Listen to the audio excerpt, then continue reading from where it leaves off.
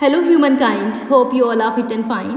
The Phytoplankton Academy welcomes you all and आज हमें पढ़ना है 7th chapter of 8th standard science new NCERT, जहाँ पर आपके चैप्टर का नाम है reaching the age of adolescence. तो आपको एडोलिसेंस एज के बारे में समझना है। बच्चों ये कौन सी एज होती है? ये आपकी ही एज है, इसके बारे में बात की गई है। आपकी एज अराउंड 12-13 साल की होगी ना। तो एडोलिसेंस एज को हम कंसिडर करते हैं 13 से 18 या फिर 19 साल। अब 13 को इंग्लिश में क्या बोलते हैं? 13, THIRTEEN 13। एंड ये होता है 18, 19। तो ये जो टीन होता है ना बच्चों, इसकी वजह से हम इस एज को टीन एज भी बोलते हैं। आपने अक्सर सुना होगा टीन एज के बारे में। तो टीनेजर्स कहलाते हैं जो इस एज में होते हैं, जो बेसिकली आपकी एज है। तो इस चैप्टर में आपको पढ़ना है कि जो एडोलिसेंट होते हैं बेसिकली वो ना ही तो चाइल्ड होते हैं और ना ही वो एडल्ट होते हैं, वो इन बिटवीन होते हैं, इसीलिए हम उनको एडोलिसेंट कहते हैं। और यहाँ पर बहुत मेजर चेंजेस आते हैं ह्यूमन बॉडी के अंदर, मेल और फीमेल दोनों के अंदर वो बहुत सारे चेंजेस हैं। जैसे कि मैं आपको बताऊँ, बायोलॉजिकल चेंजेस होते हैं, कॉग्निटिव डेवलपमेंट यानी कि आपके ब्रेन से रिलेटेड चेंजेस होते हैं, इमोशनल टर्बुलेंस आते हैं। तो बायोलॉजिकल चेंजेस में आपने देखा होगा कि जो बच्चे हैं उनके चेहरे पर, अपर लिप्स पर हेयर्स आने लगते हैं, इस तरह के चेंजेस। सेकेंडरी सेक्सुअल कैरेक्टर्स हम उनको बोलते हैं, आगे चैप्टर में पढ़ेंगे ध्यान से, ठीक है। तो यहाँ पे हम सबसे पहले पढ़ते हैं कि एडोलिसेंस क्या होता है एंड प्यूबर्टी क्या होता है। ये दो वर्ड्स आपको ध्यान से समझने हैं। देखो बच्चों, बूझो अपना बर्थडे सेलिब्रेट कर रहा था जब वो 12 साल का हुआ, ठीक है। उसके सारे फ्रेंड्स घर पर आए हुए थे। पहेली ने जब उसके फ्रेंड्स को देखा तो वो हंसने लगी। ऐसा क्यों किया? क्योंकि पहेली पढ़ती है गर्ल्स वाले स्कूल में। पहेली ने कभी लड़कों को देखा नहीं था क्लास में, किस तरीके से बच्चे बड़े होते हैं। तो जब वो हंसने लगी, उसने क्या देखा कि उसके जो भाई है बूझो, उसके जो दोस्त हैं वो एक्चुअल में उनकी हाइट एकदम से बड़ी सी बड़ी लग रही है, देखने में बड़े फ़नी से लग रहे हैं। फ़नी इन द सेंस उनके जो लिप्स के ऊपर हेयर लाइन आ गई है। तो ये देखकर उसकी मम्मा ने एक्सप्लेन किया कि एक्चुअल में बच्चे बड़े हो रहे हैं, ठीक है। ग्रोथ जो होती है वो एक दिन से शुरू होती है जब बच्चा पैदा होता है, लेकिन वो कब तक होती है? 10-11 साल तक तो वो नॉर्मल स्टेज में रहती है। उसके बाद सडन स्पर्ट आता है ग्रोथ में, जो मैंने आपको बताया कि 12-13 से अराउंड शुरू हो जाता है, विच बिकम्स नोटिसेबल, जिसको आप एकदम से नोटिस करेंगे कि बच्चा बहुत जल्दी बड़ा हो रहा है। The changes taking place in the body are part of growing up, और ये बच्चों के बड़े होने के दिन होते हैं। They indicate that you are no longer a child. अब इस एज में आपको पता चलता है कि आप ज़्यादा लंबे टाइम तक आप बच्चे नहीं बचे हो, but on the way to becoming an adult, अब आप बड़े होने वाले हो। I wonder how long this period marked by changes in the body will last. तो बूझो को तो हमेशा प्रॉब्लम होती है, वो कह रहा है कि ये पीरियड कब तक ख़त्म होगा, कब तक हम बड़े होते रहेंगे। तो पहले ने उसको बताया एक्चुअल में ये स्ट्रेंज पीरियड होता है लाइफ का, ना ही तो आप चाइल्ड होते हैं एंड ना ही एडल्ट होते हैं, ओके। तो बच्चों क्या होता है adolescent? Growing up a natural process. हमें सबको पता है कि जब बड़े होते हैं, ग्रो करते हैं, वो एक नेचुरल प्रोसेस है। वो सिर्फ ह्यूमन बींग्स में नहीं होता, वो प्लांट्स में भी होता है, माइक्रोब्स में भी होता है, जितने भी लिविंग थिंग्स हैं सब में ग्रोथ होती है। तो ग्रोइंग तो नेचुरल प्रोसेस हो गया।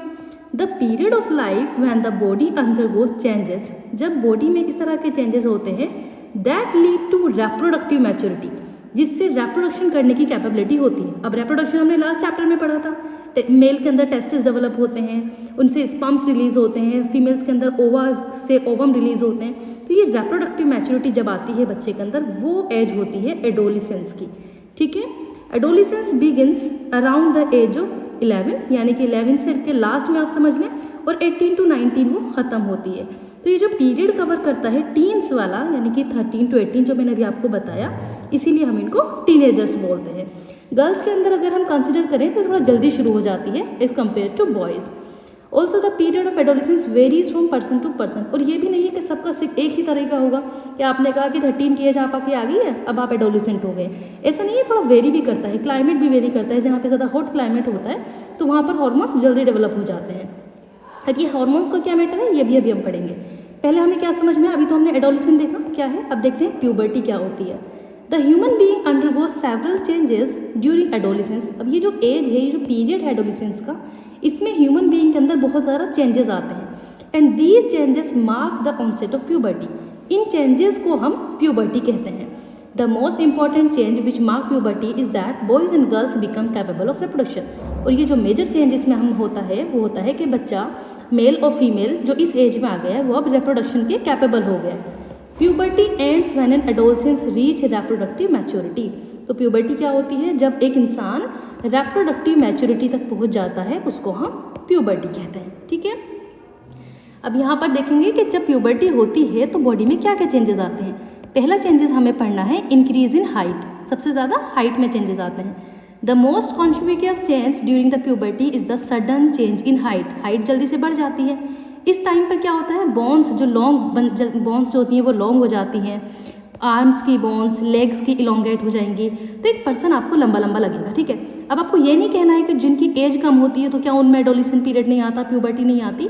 तो बच्चों कुछ जगह पर ऐसा होता है कुछ पीपल्स के अंदर कि उनकी जो बोन की ग्रोथ होती है वो प्रॉपर नहीं हो पाती, जिसकी वजह से ड्वार्फिज्म हो जाता है। तो ये कंडीशन होती है, ये जनरली नहीं होता, ये रेयर केसेस में होता है, ठीक है। ये आपको समझना है। तो पहला चेंज हमने पढ़ा कि जब प्यूबर्टी आती है तो हाइट में इंक्रीज होता है। उसके बाद बच्चों ये चार्ट यहाँ पर दिया हुआ है कि अगर आपकी एज, मान लो आप 8 साल के, अभी तो आप 12 साल के होंगे मेरे ख्याल से, अब 12 साल के हैं, अगर आप लड़के हैं तो आपकी 84% जो एज है, हाइट है वो कवर हो चुकी है।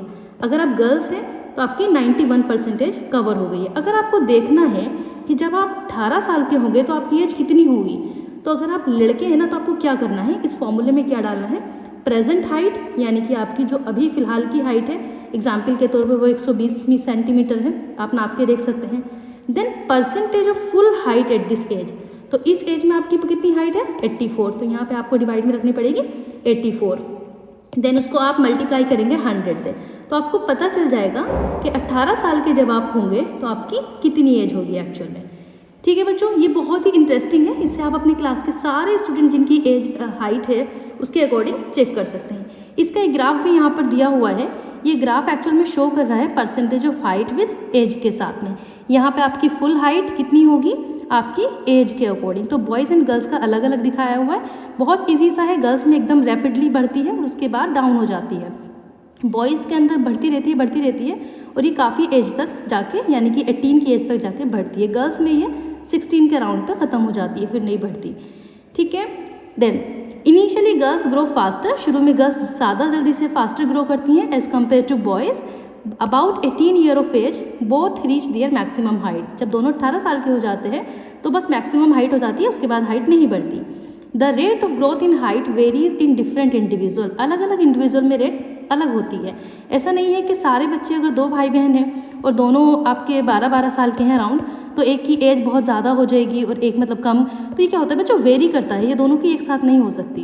तो ये आपको ध्यान रखना है कि बढ़ती तो है एडोलेसेंट में एज, लेकिन ये अलग अलग बंदों पर वेरी करती है। चलिए आगे बढ़ते हैं। दूसरा चेंजेस हमें क्या पढ़ना है, there is no need to for Paheli to worry, यानी कि पहली के कहने का मतलब क्या है, यहाँ पर क्या हुआ था, सम में grow suddenly at puberty and then slow down. यहाँ पे पहली की कोई प्रॉब्लम है, आई एम वरीड दो आई हैव बिकम टॉलर, मैं बहुत बड़ी हो गई हूँ। My face looks much smaller, लेकिन मेरा चेहरा जो है वो बहुत छोटा सा दिख रहा है कंपेयर टू माई बॉडी की कंपैरिजन में।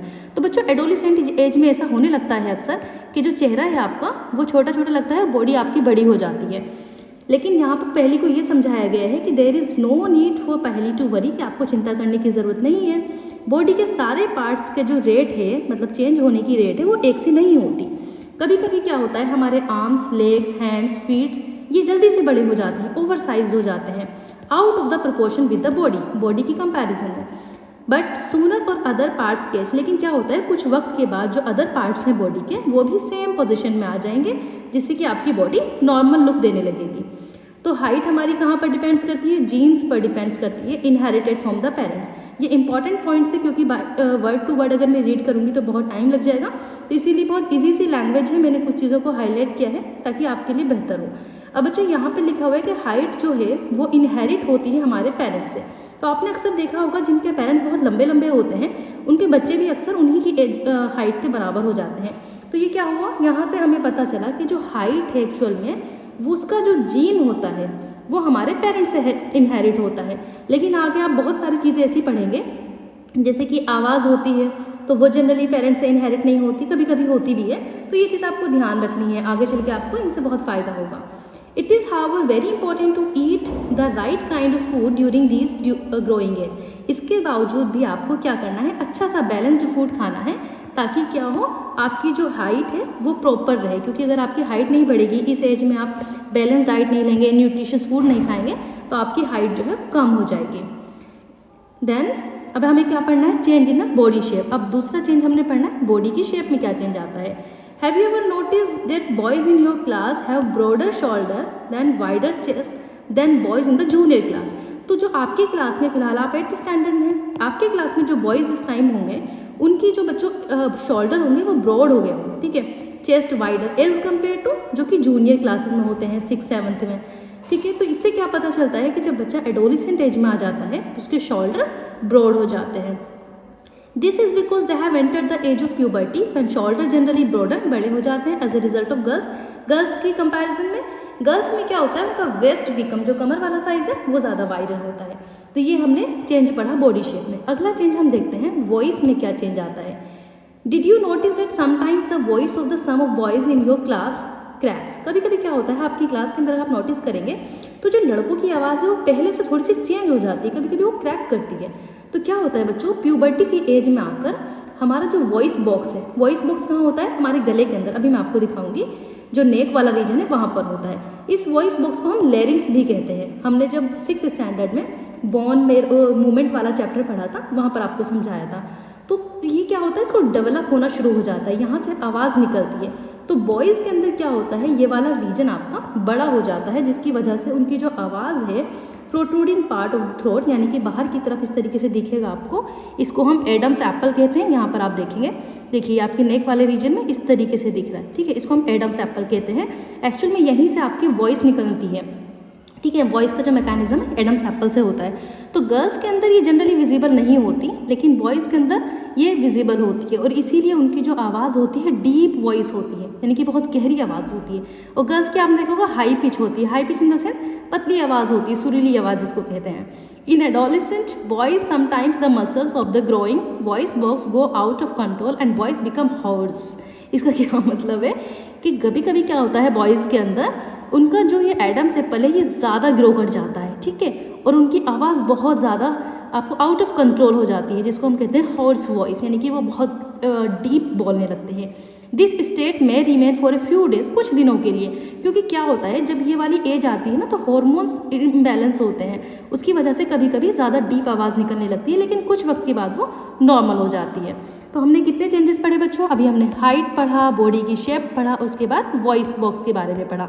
ये ध्यान रखना है आपको, वॉइस बॉक्स को हम लेरिंग्स भी कहते हैं, और इसका जो शेप होती है एक्चुअल में वो एडम्स एप्पल के नाम से उसको जानते हैं, ठीक है। तो हमने 3 बॉडी के चेंजेस पढ़ लिए in the age of adolescent. Adolescent age कौन सी है, 13 से 18-19 ईयर की, इसी वजह से हम इसको टीनेज भी बोलते हैं।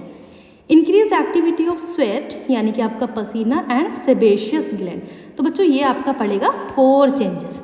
यहाँ पर हमने इनकी एक्टिविटी, यानी कि आपको पसीना ज़्यादा आने लगता है, जो आपके ग्लैंड्स हैं ऑयल वाली ग्लैंड्स, उनसे ज़्यादा आपको ऑयल रिलीज़ होने लगता है। सेबेशियस ग्लैंड होती है जिनसे ऑयल रिलीज़ होता है। आपकी बॉडी पर कभी कभी आपको ऑयल फील होगा, तो ऐसा नहीं कि आपने बाहर से, वो आपकी बॉडी के अंदर कुछ ग्लैंड्स होती हैं जो कि रिलीज़ करती हैं। बच्चों ग्लैंड्स 2 तरह की आपके पास होती हैं, देखें ग्लैंड्स होती हैं 2 तरह की, एक तो होती है एंडोक्राइन ग्लैंड और एक होती है एक्सोक्राइन ग्लैंड। एंडोक्राइन ग्लैंड्स को हम क्या कहते हैं, डक्टलेस। ये जब अपना मटेरियल रिलीज़ करती है ना तो डायरेक्टली बॉडी के ब्लड में कर देती हैं, ठीक है। लेकिन एक्सोक्राइन ग्लैंड जो होती हैं ये डक्ट वाली ग्लैंड होती हैं, ये अपना जो भी मटेरियल रिलीज़ करती हैं डक्ट के थ्रू करती हैं। अब आपके पास जो स्वेट ग्लैंड है जिनसे पसीना आता है वो डक्ट वाली होती हैं, इसीलिए हम उनको एक्सोक्राइन ग्लैंड कहते हैं। उसके साथ साथ आपकी सेबेशियस ग्लैंड, यानी कि जो आपको ऑयल रिलीज़ कर रही हैं वो भी डक्ट वाली होती हैं। ये जो एंडोक्राइन ग्लैंड है इनके बारे में आप पढ़ेंगे पिट्यूटरी ग्लैंड। ये क्या करती हैं, इनको किसी डक्ट की ज़रूरत नहीं होती, ये हार्मोन्स को डायरेक्टली ब्लड में रिलीज़ कर देती हैं। तो ये चीज़ आपको थोड़ा बच्चों ध्यान रखनी है, ठीक है। नेक्स्ट आगे हमें क्या पढ़ना है, तो इंक्रीज्ड एक्टिविटी स्वेट ग्लैंड की एंड सेबेशियस ग्लैंड की। अब ये मैंने अभी आपको बताया कि कौन सी ग्लैंड होती हैं ये। A few gland such as sweat gland, oil gland and salivary gland, ये अपना सेक्रेशन रिलीज करती हैं डक्ट्स के थ्रू। एंडोक्राइन ग्लैंड जो होती हैं वहाँ पर आपको ब्लड स्ट्रीम में डायरेक्टली चला जाता है, इसलिए उनको डक्टलेस ग्लैंड कहते हैं। ओके अब आपके चेहरे पे कभी कभी बच्चों पिंपल्स, इस एज में पिंपल्स दिखने लगते हैं। उससे क्या होता है कि इन वाली जो ग्लैंड्स हैं इनकी एक्टिविटी बढ़ जाती है, स्वेट ग्लैंड की, सेबेशियस ग्लैंड की। तो इसकी वजह से जो होल्स होते हैं बॉडी में, फेस में, वो खुल जाते हैं, तो अक्सर आपको पिंपल्स दिखने लगते हैं। डेवलपमेंट ऑफ सेक्स ऑर्गन, ये आपका 5th चेंजेस आता है एडोलेसेंट एज में। तो यहाँ पर क्या होता है, आपके जो सेक्स ऑर्गन है, जो हमने लास्ट चैप्टर में भी पढ़ा था कि मेल के अंदर क्या होते हैं, टेस्टिस होते हैं, फीमेल के अंदर ओवरीज होती हैं। तो तो इनमें डेवलपमेंट होने लगता है। कैसे डेवलप होता है? At puberty male sex organ जो कि टेस्टिस है एंड पेनिस ये डेवलप्स हो जाते हैं completely. Testis also begins to produce, sperm भी प्रोड्यूस होने लगते हैं उसमें। गर्ल्स के अंदर क्या होता है? ओवरीज एनलार्ज हो जाती हैं और उनसे एग्स का बनना शुरू हो जाता है, यानी कि उनके एग मैच्योर होने लगते हैं। तो ovaries start releasing mature egg. हमने पढ़ा था ना कि जो एग्स हैं वो इस तरीके से फेलोपियन ट्यूब से निकलकर और वो यहाँ पर पहुँचते हैं, यहाँ ओवरीज से निकलकर फेलोपियन ट्यूब पर पहुँचते हैं इस तरीके से। और फिर अगर वहाँ पर इस पर मिल जाता है तो फर्टिलाइजेशन हो जाता है जिसका डेवलप होता है जाइगोट में, देन एम्ब्रियो में। और अगर आपको स्पर्म नहीं मिलता यानी कि फर्टिलाइजेशन नहीं होता तो फिर ब्लड रिलीज होने लगता है जिसको हम मेंस्ट्रुअल एज कहते हैं। तो अब यहाँ पर हम नेक्स्ट चेंजेस पढ़ने वाले हैं। Reaching mental, intellectual and emotional maturity. Adolescence is also a period of change in a person's way of thinking. इस एज में बच्चा अलग अलग तरीके से सोचने भी लगता है। Adolescents are more independent than before and are also self conscious, यानी कि बच्चों सेल्फ की बात हम यहाँ पर कर रहे हैं। इस एज में आकर बच्चा क्या होता है? वो इंडिपेंडेंट हो जाता है, ज़्यादा दूसरों पर डिपेंड नहीं होता और अपने बारे में थोड़ा ज़्यादा सोचने लगता है। इसको हम कॉग्निटिव डेवलपमेंट भी कहते हैं। यहाँ पर क्या होता है? बच्चे के अंदर एब्स्ट्रैक्ट थिंकिंग आ जाती है। ठीक है, एब्स्ट्रैक्ट थिंकिंग क्या होती है कि जो चीज़ें मौजूद नहीं है सामने उनके बारे में भी वो डिटेल में सोचने लगते हैं। ठीक है, बहुत कॉम्प्लेक्स थिंकिंग उनकी हो जाती है। देन इंटेलेक्चुअल डेवलपमेंट, इंटेलेक्चुअल का मतलब ही बेसिकली कॉग्निटिव डेवलपमेंट से है। ठीक है, they takes place and they tend to spend considerable time thinking. ये जो पीरियड है ना बच्चों, इस पीरियड में बच्चे बहुत ज़्यादा सोचते हैं जिसकी ज़रूरत नहीं होती। वो क्यों सोचते हैं? उनकी बॉडी के अंदर चेंजेस आ रहे हैं, उनके इमोशंस, उनको गुस्सा आ रहा है, कभी कभी खुश हो रहे हैं, तो सारी चीज़ों के बारे में बहुत सोचते हैं। हालांकि ये जो टाइम है यहाँ पर ब्रेन की ज़्यादा से ज़्यादा कैपेसिटी होती है लर्निंग की। तो आपको मैं सजेस्ट करूँगी कि आपको ज़्यादा लर्निंग पे फोकस करना चाहिए। ये तो नेचुरल प्रोसेस है और ये होना ही है हर किसी की बॉडी में। एडोलिसेंट में feel insecure while trying to adjust to change in the body and mind.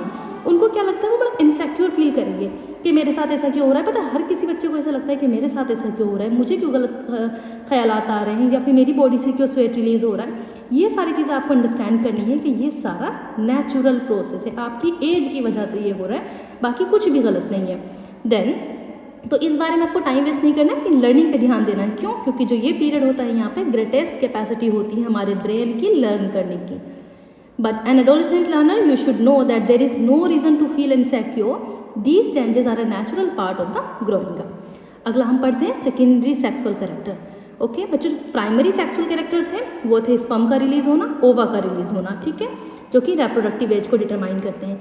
यहाँ पर हम सेकेंडरी सेक्सुअल कैरेक्टर पढ़ेंगे। वो क्या होते हैं? They produce the testis, ovaries, reproductive organ पढ़ लिया हमने। They produce gamete, gamete produce करते हैं जिनको हम स्पर्म कहते हैं मेल के केस में, ओवा कहते हैं फीमेल के केस में। गर्ल्स के अंदर ब्रेस्ट डेवलप होने लगती हैं प्यूबर्टी में, एंड बॉयज़ के अंदर फेशियल हेयर यानी कि चेहरे पर बाल आने लगते हैं, माउस्टिस आने लगती है, बेयर्ड आने लगती है। इन ये सारे की वजह से हम बच्चों को डिस्टिंग्विश कर लेते हैं कि वो मेल है फीमेल है। ये सारे एक्चुअल में सेकेंडरी सेक्सुअल कैरेक्टर होते हैं। ठीक है, boys also develops hair on their chest में भी ये सारे रीजन ग्रो होने लगते हैं। The changes which occur at adolescence are controlled by hormone. तो बच्चों ये जो चेंजेस है ना एक्चुअल में ये हार्मोन्स के जरिए कंट्रोल होते हैं। अब हार्मोन्स क्या है ये आपको ध्यान रखना है। हार्मोन्स होते हैं केमिकल सब्सटेंस, ये सेक्रेट होते हैं हमारी एंडोक्राइन ग्लैंड से। अभी अभी हमने पढ़ा एंडोक्राइन ग्लैंड के बारे में। तो मेल के केस में मेल हार्मोन जो होता है उसको नाम दिया गया है टेस्टोस्टेरोन, और फीमेल के हार्मोन को नाम दिया गया है एस्ट्रोजन। ठीक है, then this cause changes in boys about which you have just learn. तो इस टेस्टोस्टेरोन की वजह से ही मेल के अंदर यानी कि बॉय के अंदर चेंजेस आते हैं, और इस हार्मोन एस्ट्रोजन हार्मोन को रिलीज होने की वजह से फीमेल के अंदर चेंजेस आते हैं, जैसे कि मिल्क सेक्रेटिंग ग्लैंड्स यानी कि मैमरी ग्लैंड डेवलप होती हैं, ब्रेस्ट के अंदर ब्रेस्ट का डेवलपमेंट होता है। तो बच्चों इन सारे हार्मोन्स का प्रोडक्शन कहाँ से होता है? ये डक्टलेस ग्लैंड के थ्रू होता है। तो ये होता है आपके पिट्यूटरी ग्लैंड से। और पिट्यूटरी ग्लैंड कहाँ होती है? ये होती है ह्यूमन के ब्रेन में, उससे अटैच होती है। अभी हम उसका देखेंगे स्ट्रक्चर में कि कहाँ पर मौजूद होती है। Then role of hormones in the initiating reproductive function. अब इनका क्या फंक्शन है? जो हार्मोन्स आपके रिलीज हो रहे हैं एक्चुअल में एंडोक्राइन ग्लैंड्स इनको रिलीज कर रही हैं, हमारे डायरेक्ट ब्लड स्ट्रीम में जा रहे हैं। ये रीच पहुँचते हैं पर्टिकुलर बॉडी पार्ट्स पर जिसको हम टारगेट साइट कहते हैं, यानी कि जहाँ इनकी ज़रूरत होती है वहाँ पर ये पहुँच जाते हैं। Target site respond to the hormone, उसके अकॉर्डिंग टारगेट साइट रेस्पॉन्ड करती है। दे में भी एंडोक्राइन ग्लैंड्स और डक्टलेस ग्लैंड, इनको हम एंडोक्राइन या फिर डक्टलेस ग्लैंड कहेंगे, ये भी हमने पढ़ा। आगे क्या होता है, टेस्टिस एंड ओवरीज ये सेक्स हार्मोन रिलीज करेंगी, जो कि हार्मोन्स रेस्पॉन्सिबल होते हैं मेल एंड फीमेल के सेक्सुअल कैरेक्टर के लिए, सेकेंडरी सेक्सुअल कैरेक्टर, ये सारे आपके कंट्रोल होते हैं पिट्यूटरी ग्लैंड से। तो बच्चों होता क्या है, hormones from the pituitary stimulate testis, यानी कि मैं आपको स्ट्रक्चर के थ्रू समझाती हूँ। देखिए अगर ये एक ह्यूमन बॉडी है, ठीक है, यहाँ पर, तो यहाँ होता है आपके पिट्यूटरी ग्लैंड, ठीक है।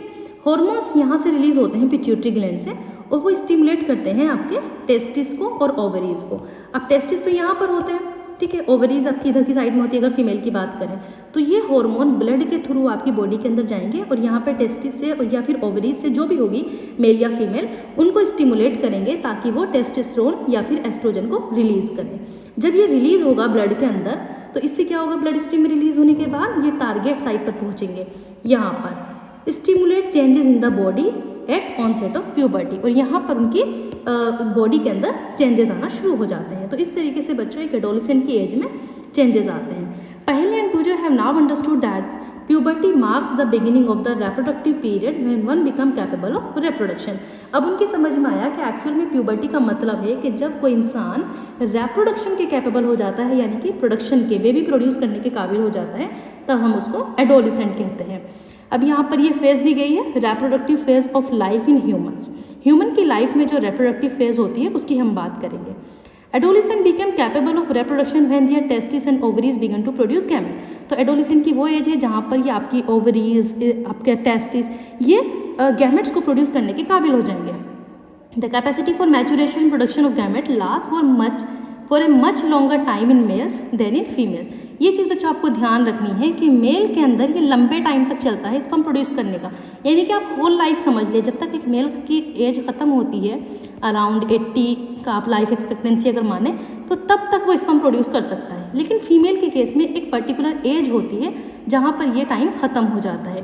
फीमेल की जो प्यूबर्टी स्टार्ट होती है वो 10 से 12 साल में स्टार्ट होती है और 45 से 50 की एज में जाके ख़त्म हो जाती है। बच्चों जिस वक्त ये स्टार्ट होती है उस पीरियड को हम कहते हैं मेनार्क, यानी कि जब आपके मेंस्ट्रुअल्स आने शुरू होते हैं, मेंस्ट्रुअल साइकिल आपकी स्टार्ट होती है, पीरियड्स आपको आते हैं, वो एज होती है, टाइम होता है मेनार्क। और जिस एज में वो जाकर ख़त्म होते हैं उसको हम कहते हैं मेनोपॉज। तो एक्चुअल में क्या है कि एक वीमेन की जो लाइफ है उसमें रिप्रोडक्टिव लाइफ क्या होती है, मेनार्क से मेनोपॉज। मेनार्क जब एक प्रोड्यूस होना शुरू होते हैं, पीरियड शुरू होते हैं, मेनोपॉज जब वो ख़त्म हो जाते हैं।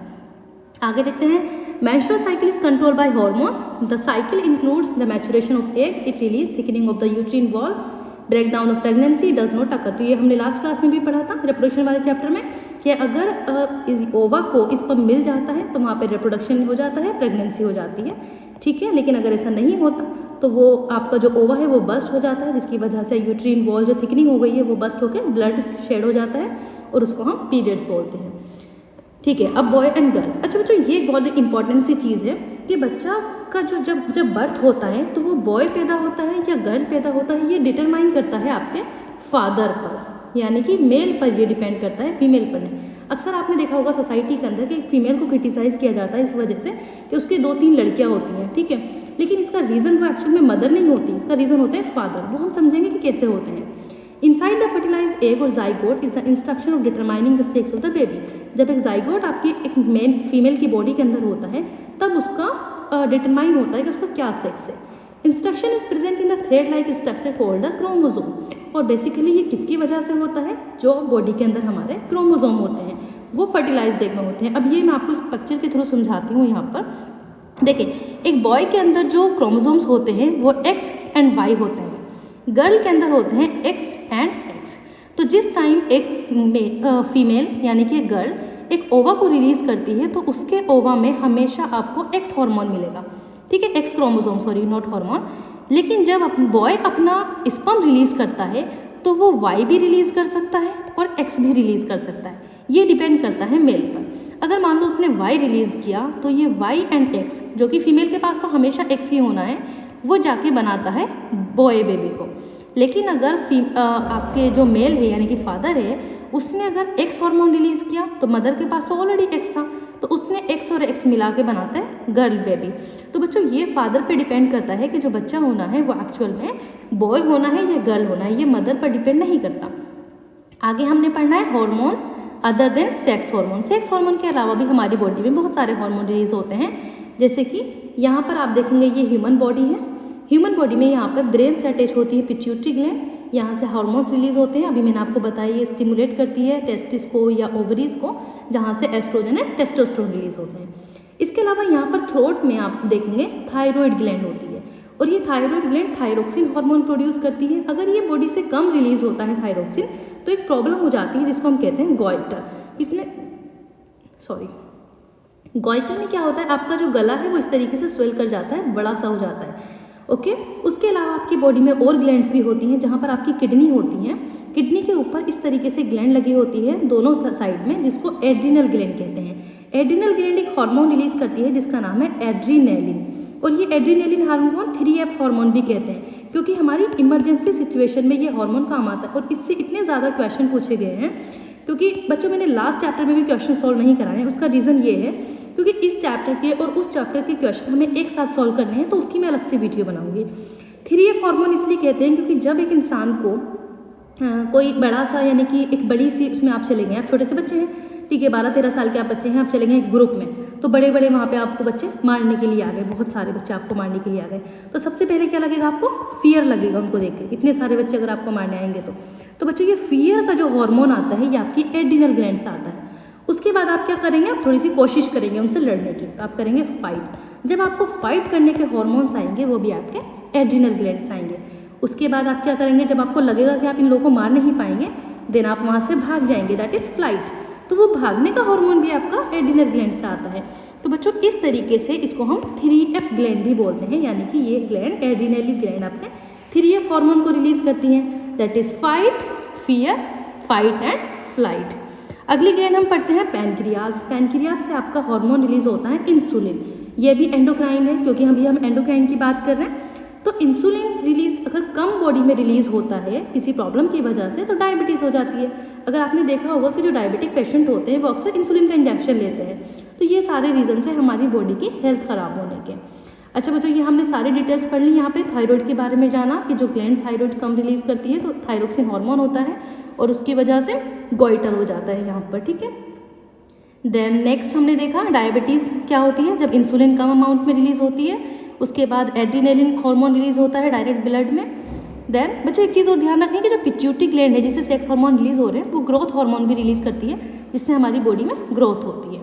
उसके बाद role of hormone in completing the life history of insects. अब इंसेक्ट्स की लाइफ में भी हार्मोन रिलीज होते हैं। अभी हमने जब लास्ट चैप्टर पढ़ा था रिप्रोडक्शन का, उसमें समझा था कि फ्रॉग के अंदर मेटामॉर्फोसिस होता है। मेटामॉर्फोसिस का मतलब है कि जब फ्रॉग एक लार्वा को प्रोड्यूस करता है और लार्वा से धीरे धीरे चेंजेस हो के एक बड़ा सा फ्रॉग बन जाता है, यानी कि एडल्ट फ्रॉग, तो उस फेज़ को हम कहते हैं, कंप्लीट साइकिल को हम कहते हैं मेटामॉर्फोसिस। अब इंसेक्ट्स के अंदर जो मेटामॉर्फोसिस होती है उनका हार्मोन होता है इंसेक्ट हार्मोन। अगर हम फ्रॉग की बात करें तो फ्रॉग में ये कंट्रोल होता है थायरोक्सिन हार्मोन से। और अभी हमने पढ़ा कि थायरोक्सिन हार्मोन कहाँ से रिलीज होता है, थायराइड ग्लैंड से। तो बच्चों ये थायराइड ग्लैंड से जो हार्मोन रिलीज होता है, एक्चुअल में इसका प्रोडक्शन होता है थायरोक्सिन का जब वाटर के अंदर आयोडीन मौजूद होती है। अब आपने देखा होगा कि अक्सर आप एडवर्टाइजमेंट देखेंगे तो उसमें देखते हैं कि हमारा जो सॉल्ट है वो आयोडीन उसके अंदर होती है। तो इसका रीज़न ये है कि अगर आयोडीन की हम अपनी प्रॉपर अमाउंट में डाइट में नहीं लेंगे तो उसकी वजह से हमें आयोडीन की डेफिशिएंसी हो जाएगी और ये जो हार्मोन है ये कम रिलीज़ होगा, जिसकी वजह से हमें गॉइटर हो जाएगा। तो अगर वाटर के अंदर, फ्रॉग की अगर हम यहाँ पर बात कर रहे हैं, तो वाटर के अंदर अगर टेडपोल जहाँ पर ग्रो होते हैं वहाँ पर सफिशिएंट अमाउंट में आयोडीन मौजूद नहीं होती, then tadpole can not become adult. तो जो टेडपोल है वो बड़ा नहीं हो सकता। रेप्रोडक्टिव हेल्थ की अगर हम बात करें तो बेहतर रेप्रोडक्टिव हेल्थ जिसको हम कहते हैं, जब इंसान का फिजिकली और मेंटली वो ठीक होता है, हेल्दी होता है, तो उसको हम रेप्रोडक्टिव हेल्थ कहते हैं। यहाँ पर उसकी ज़रूरी है बैलेंस डाइट। अब बैलेंस डाइट क्या होती है बच्चों, ये हमने न्यूट्रिशन वाले चैप्टर में भी पढ़ा था, जिसके अंदर प्रोटीन, कार्बोहाइड्रेट, फैट्स, वाइटामिन ये सारे रिक्विस्टिक प्रोपोर्शन में हो। रिक्विस्टिक मतलब जितनी ज़रूरत हो, ज़्यादा भी नहीं होने चाहिए, कम भी नहीं। अगर इंडिया के मील की बात करें तो हमारे इंडिया में रोटी, चावल, दाल, वेजिटेबल ये बैलेंस डाइट का पार्ट है। चिप्स वगैरह ये बैलेंस डाइट में नहीं आते, ये आपको बहुत नुकसान पहुंचाते हैं। मिल्क की अगर हम बात करें तो मिल्क भी आपका एक बैलेंस्ड फूड होता है, इसके अंदर सारे न्यूट्रिशन होते हैं, इसीलिए आपकी मदर्स आपको मिल्क देती हैं। इसका ये रीज़न है कि आपकी जो ग्रोथ है वो अच्छी हो सके, ठीक है। क्योंकि आपकी ग्रोथ डिपेंड करती है आपके एडोलेसेंट एज पर। Fruits also provide nourishment, fruit से भी हमें नरिशमेंट मिलते हैं। जो छोटे बच्चे होते हैं इन्फेंट्स, वो मम्मा के मिल्क से अपना सारा नरिशमेंट ले लेते हैं। आयरन के अगर हम कुछ प्रोडक्ट्स देखें तो आयरन रिच फूड होते हैं, जैसे कि leafy vegetables, jaggery, meat, citrus, Indian gooseberry, ये सारे आयरन वाले प्रोडक्ट्स होते हैं। ठीक है बच्चों, ये इंपॉर्टेंट चीज़ है कि चिप्स, पैकेट, स्नैक्स, ये सारी चीज़ें जो होती हैं इनमें एडिक्वेट अमाउंट में आपका न्यूट्रिशन नहीं होता, तो इसीलिए प्लीज़ आप इन चीज़ों को ना खाया करें, आपकी हेल्थ ख़राब हो जाएगी। स्पेशली एडोलेसेंट एज में तो इनको अवॉइड ही करना चाहिए। देन एक एडोलेसेंट की डाइट के आप यहाँ पे चार्ट बना सकते हैं, जिसमें आप मील दिखाएंगे कि क्या मील होना चाहिए, vegetables, milk and eggs, fruits, इनकी पिक्चर बनाएंगे सुंदर सुंदर सी और कंपटीशन करेंगे क्लास के अंदर, तो बहुत अच्छा लगेगा। देन ग्रैंड्स, ये सारे आपकी डाइट के अंदर होने चाहिए। उसके साथ साथ बच्चों पर्सनल हाइजीन, क्योंकि हमने स्वेट ग्लैंड की बात करी, तो एक आपको समझना चाहिए कि जब ज़्यादा बॉडी से इस एज के अंदर पसीना रिलीज़ होता है तो आपको डेली क्लीन वॉशिंग करनी चाहिए। वीमेंस की अगर बात करें तो उनके अंदर क्या होता है, उनको सैनिटरी पैड यूज़ करने चाहिए अपनी मेंस्ट्रुअल फेज के दौरान, और उसको 4-5 घंटे में चेंज कर देना चाहिए। हालांकि अगर आपको जल्दी ज़्यादा ब्लड रिलीज होता है तो जल्दी भी चेंज कर सकते हैं, लेकिन 4-5 से ज़्यादा घंटे तक उसको नहीं रखना चाहिए, उससे नुकसान होता है। तो ये सारे पर्सनल हाइजीन की बात है, वरना बैक्टीरियल इन्फेक्शन हो जाते हैं और बॉडी को नुकसान होता है। देन फिजिकल एक्सरसाइज तो हर केस में बहुत ज़रूरी है। अच्छा बच्चों, इंपॉर्टेंट चीज़ ये है, कुछ मिथ्स हमारी सोसाइटी के अंदर है। वो क्या है कि आपने देखो लास्ट चैप्टर में पढ़ा था कि बेबी कैसे प्रोड्यूस होता है, जब स्पर्म एंड ओवा आके फ्यूज़ होते हैं, जाइगोट बनता है, जब जाके बेबी का प्रोडक्शन होता है। लेकिन कुछ मिथ सोसाइटी के अंदर इस तरह के हैं, a girls become pregnant if she looks at boys during the menstruation. अगर किसी लड़की ने मेंस्ट्रुएशन के दौरान किसी लड़के की तरफ देख लिया तो वो प्रेग्नेंट हो जाएगी। देखो ये कितनी गलत बात है। तो आप एडोलेसेंट हैं, पढ़े लिखे एडोलेसेंट हैं, तो इस बात को समझना चाहिए। ठीक है, ये सारे मिथ्स हैं हमारी सोसाइटीज़ के अंदर। Mother is responsible for sex of the child, ये भी आपने सुना होगा सोसाइटी में कि मदर रिस्पॉन्सिबल होती है कि गर्ल चाइल्ड प्रोड्यूस हो रहा है, गर्ल चाइल्ड प्रोड्यूस हो रहा है, उसकी सास या फिर उसके घर में अक्सर होता है, तो वो बड़ी प्रॉब्लमेटिक सिचुएशन होती है। तो आपको बताना चाहिए एक्चुअल में कि फादर रिस्पॉन्सिबल होता है, मदर रिस्पॉन्सिबल नहीं होती। A girl should not be allowed to work in the kitchen during the menstruation, ये भी बच्चों सोसाइटी के अंदर देखने को मिलता है कि एक लड़की जो है वो किचन में काम नहीं कर सकती ड्यूरिंग द मेंस्ट्रुएशन। तो ये सब सोसाइटी के स्टीरियोटिपिकल थिंग्स है, इसको हमें अवॉइड करना चाहिए, क्योंकि हम एजुकेटेड हैं। अगर हम इन सारे मिथ्स से, टेबूज से अपने आप को नहीं बचाएंगे तो ये सोसाइटी में इन्वॉल्व होकर बहुत नुकसान देंगे। आगे हमने क्या पढ़ना है बच्चों, से नो टू ड्रग्स। देखो इस एज में क्या होता है, आपको गुस्सा भी आता है, आपको बहुत प्रॉब्लम्स लगती हैं, ऐसा लगता है कि आप किस एज में आ गए हैं, आपकी बॉडी जो है मतलब एक बायोलॉजिकल चेंजेस आ रहे हैं, आपको कोई चाइल्ड भी कंसीडर नहीं कर रहा है, आपको कोई एडल्ट भी कंसीडर नहीं कर रहा है, तो बड़ी मुश्किल हालात होते हैं। लेकिन ऐसे में बच्चों को क्या लगता है, वो गलत चीज़ें भी आ सकती हैं कि आपका जो पीयर प्रेशर है ना, आपके जो फ्रेंड्स हैं वो आपको कह सकते हैं कि आप ड्रग्स ले लें, आप सिगरेट ले लें, अक्सर बच्चे करते हैं। उनसे क्या होता है, ये बहुत एडिक्टिव होती हैं और आपकी हेल्थ के लिए बहुत ज़्यादा नुकसान की होती हैं। शुरू में आपको बहुत अच्छी लगती हैं, प्लेजर फील होगा, लेकिन ये लॉन्ग लाइफ में आपकी हेल्थ ख़राब कर देती हैं। उसके बाद कोई मेडिसिन आपके ऊपर वर्क नहीं करती, अगर आपको कोई नुकसान हो फ्यूचर में, किसी दवाई की ज़रूरत पड़े तब वो आप पर एक्ट नहीं करती, तो ये बहुत प्रॉब्लम हो सकती है। तो आपको ड्रग्स नहीं लेनी है, ठीक है। किसी भी सिचुएशन को आप इजीली सॉर्ट आउट कर सकते हैं, क्योंकि ये फेस सबकी ज़िंदगी में आती है, सिर्फ आपकी ज़िंदगी में नहीं आनी है। उसके अलावा बच्चों एक चीज़ और याद रखनी है कि कुछ डिसीज़ हैं जिसको हम एड्स कहते हैं, ये बहुत डेंजरस वायरस से होती है, HIV वायरस जिसको हम कहते हैं। तो ये नॉर्मल पर्सन से एक इन्फेक्टेड पर्सन के ज़रिए फैलता है। अगर आपने किसी की सिरिंज शेयर कर ली तो अब आप बड़े हो गए, अगर आपको ब्लड देना है किसी वजह से तो आपको ध्यान रखना है कि सिरिंज आपकी एकदम न्यू वाली सिरिंज हो, फ्रेश सिरिंज हो, किसी की यूज़ वाली सिरिंज आपको यूज़ नहीं करनी है। उसके बाद एक मदर का भी इन्फेंट से पहुंच सकता है, यानी कि मदर जब मिल्क पिलाती है अपने बच्चे को तो इन्फेंट को भी ये वायरस पहुंच जाता है। उसके अलावा अगर कोई पर्सन इससे इन्फेक्टेड है तो उसके सेक्सुअल कॉन्टैक्ट में आने से भी ये फैल सकता है। तो बच्चों आपको बहुत ज़्यादा मैच्योर समझदारी से काम लेना है, इन सारी प्रॉब्लम्स से अपने आप को सेफ रखना है। अच्छा, एक इम्पॉर्टेंट बात यह है बच्चों कि यहाँ पे जो एडोलेसेंट की प्रेगनेंसी का टाइम है गवर्नमेंट के अकॉर्डिंग वो 18 साल गर्ल्स के लिए है और 21 साल बॉयज़ के लिए है। इसका कोई रीज़न स्पेसिफिक ये है कि जो मदर होती हैं वो टीनेज में मदर तो बन सकती हैं, लेकिन वो मेंटली और फिजिकली प्रिपेयर्ड नहीं होती मदरहुड का नेचर परफॉर्म करने के लिए, ठीक है। इसीलिए अर्ली मैरिज जो होती है वो बहुत ज़्यादा हेल्थ इश्यूज़ कोज कर देती है, इसलिए इन सबको अवॉइड करना चाहिए। उसके साथ साथ एक लड़की की लाइफ में वो एम्प्लॉयमेंट्स को भी कर्टेल करती है कि अगर वो कुछ काम करना चाहती है उसकी अपॉर्चुनिटीज़ भी ख़त्म हो जाती हैं। ओके बच्चों, तो ये इस चैप्टर के बारे में था। बहुत सारे कीवर्ड्स यहाँ पे दिए गए हैं, बहुत इंपॉर्टेंट हैं। कुछ भी आपको नहीं समझ आ रहा है, इसकी जो आंसर शीट है ये भी बहुत ईजी सी है, तो आप मुझसे पूछ सकते हैं। इससे रिलेटेड जितने भी questions UPSC, CSC and UPPCS में पूछे गए हैं वो सब मैं आपको कराऊंगी। That's all, thank you.